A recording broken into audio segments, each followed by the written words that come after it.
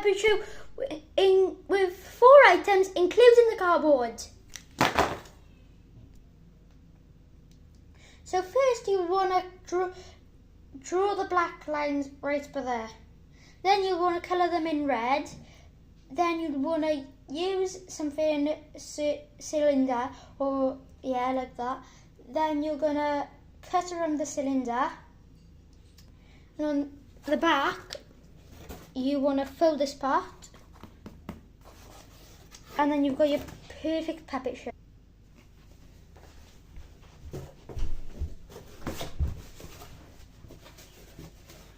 Hey Steve, why did the chicken cross the road?